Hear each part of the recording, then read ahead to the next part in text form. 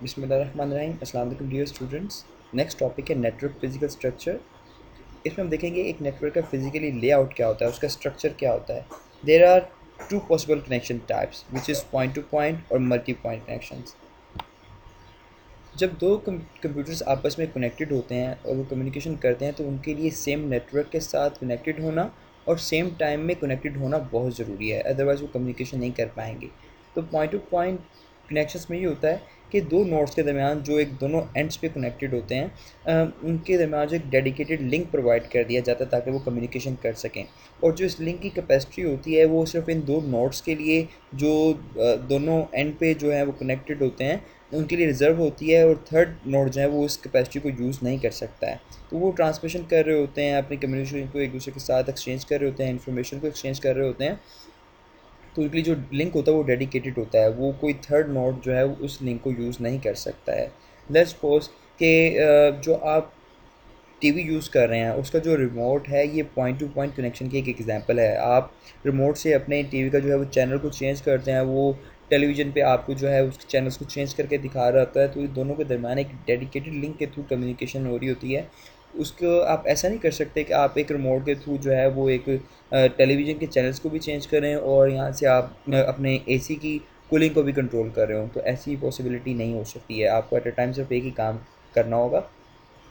तो ये जो पॉइंट टू पॉइंट कनेक्शन में होता है, ये डिवाइसेस जो हैं या तो ये किसी वायर के थ्रू कनेक्टेड होते हैं या ये किसी वायरलेस कनेक्शन के थ्रू जो है वो कनेक्टेड होते हैं, लाइक सेटेलाइट लिंक्स के थ्रू कनेक्ट हो सकते हैं या माइक्रोवेव्स के थ्रू जो है वो कनेक्ट हो सकते हैं। तो इसके थ्रू जो है वो अपनी कम्युनिकेशंस कर रहे होते हैं।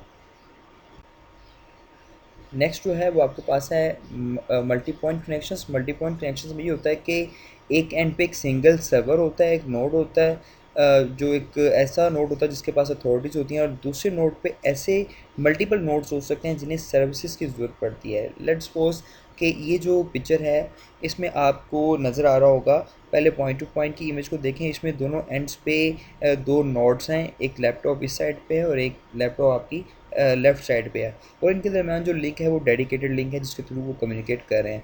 जबकि मल्टी पॉइंट में क्या है कि एक सर्वर कंप्यूटर है, मेन फ्रेम कंप्यूटर है, और दूसरे एंड पे जो है वो मल्टीपल नोड्स कनेक्टेड हैं उस पॉइंट के साथ, और वो जो रिसोर्सेज हैं या जो वो रिस्पॉन्स है वो सर्वर की तरफ से उसे वो यूज़ कर रहे हैं और आपस में जो है वो आपस में कम्युनिकेट कर रहे हैं। तो ये पॉइंट टू पॉइंट कनेक्शन है। अब हम डिस्कस करते हैं कि नेटवर्क टोपोलॉजीज क्या होती हैं और हम इन्हें क्यों यूज़ करते हैं। It is the physical way in which computers are interconnected. The physical layout of a computer network is called topologies. Network में जो कंप्यूटर्स हैं वो कैसे प्लेस किए गए हैं, उनकी क्या पोजीशन है, उसे हम टोपोलॉजी कहते हैं, उसे स्ट्रक्चर कहते हैं। Five basic network structures are star topology, bus topology, ring topology, mesh topology and tree topology. ये ये जो डिफरेंट टाइप्स की टोपोलॉजीज़ हैं ये स्ट्रक्चर हैं आपके कंप्यूटर की ट्रैफिक को कंट्रोल करने का नेटवर्क पे। आप इनको यूज़ करके डिफरेंट टाइप्स के आप नेटवर्क्स जो हैं वो बना सकते हैं। सबसे पहले सबसे पहले डिस्कस करते हैं स्टार टोपोलॉजी को। Devices are connected to a central computer card hub. Star topology में क्या होता है कि इसमें जो जो एक जितने भी नोड्स हैं वो एक सेंट्रल डिवाइस से जो है वो कनेक्ट होते हैं और उसके थ्रू वो अपनी कम्युनिकेशन कर रहे होते हैं। लेट्स सपोज अगर आपके आपके 8 कंप्यूटर्स हैं तो उसके दरमियान जो एक सेंट्रल डिवाइस होगा उसे स्विच या हब कहेंगे, उसके थ्रू वो तमाम जो नोड्स हैं वो नेटवर्क के साथ कनेक्टेड होंगे और आपस में कम्युनिकेशन कर पाएंगे। डियर स्टूडेंट्स, आप जो ये इमेज देख रहे हैं ये हब टोपोलॉजी को रिप्रेजेंट कर रही है।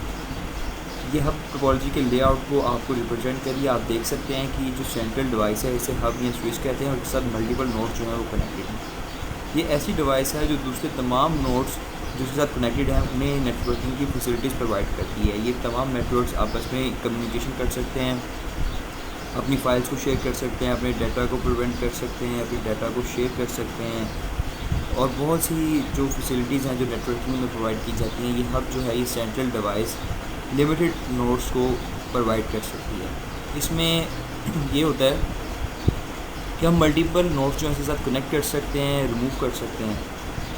और ये जो टोपोलॉजी है स्टार टोपोलॉजी, इसमें जो सेंट्रल डिवाइस है यही इन सबको नेटवर्किंग की फैसिलिटीज़ प्रोवाइड करती है। यानी कि अगर ये सेंट्रल डिवाइस फेलियर हो जाती है या ये ठीक से ऑपरेट नहीं कर पाती है तो उसके साथ जो जितने भी नोड्स कनेक्टेड हैं वो ठीक से ऑपरेट नहीं कर पाएंगे, वो आपस में कम्युनिकेशन नहीं कर पाएंगे। इसलिए ज़रूरी है कि ये सेंट्रल हब के साथ जो जितने भी नोड्स कनेक्टेड हैं ये सेंट्रल हब जो है वो एक्टिव होना चाहिए, और इसी सेंट्रल डिवाइस की वजह से जितने नोड्स हैं वो अपने रिसोर्स को भी शेयर कर सकते हैं, वो अपने डाटा को, अपनी इंफॉर्मेशन को आपस में कम्युनिकेट कर सकते हैं।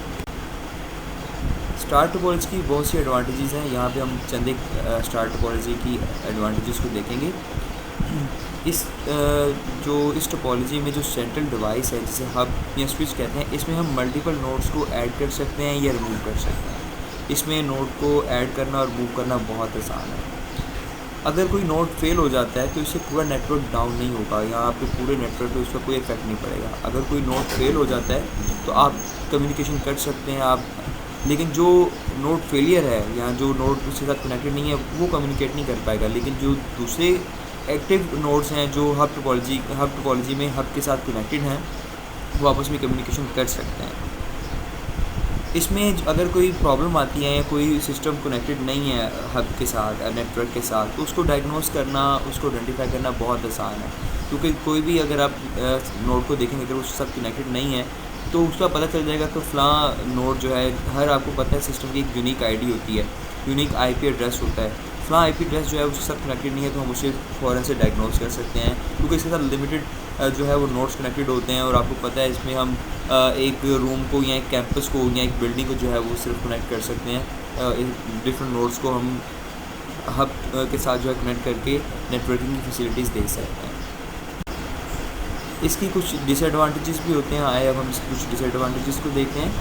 अगर सेंट्रल डिवाइस हब अगर फेल हो जाती है, अगर वो ठीक से ऑपरेट नहीं कर पाती है तो जो होल नेटवर्क है वो डाउन हो जाएगा। आप उस हब के साथ कनेक्टेड नोड्स जो हैं वो आपस में कम्युनिकेशन नहीं कर पाएंगे, अपने रिसोर्स को शेयर नहीं कर पाएंगे, वो फाइल्स को ट्रांसफ़र नहीं कर पाएंगे। मीन्स कि वो बिल्कुल जो है वो पूरा आपका होल नेटवर्क डाउन चला जाएगा, आप बिल्कुल भी कम्युनिकेशन नहीं कर पाएंगे। और इसका जो सेकंड डिसएडवांटेज है ये थोड़ा सा कॉस्टली नेटवर्क है, क्योंकि इसमें जो वायर की कॉस्ट है वो दूसरी टोपोलॉजीज़ की निस्बत ज़्यादा इसमें वायर्स यूज़ होते हैं, जो कि काफ़ी एक्सपेंसिव प्रोसेस है।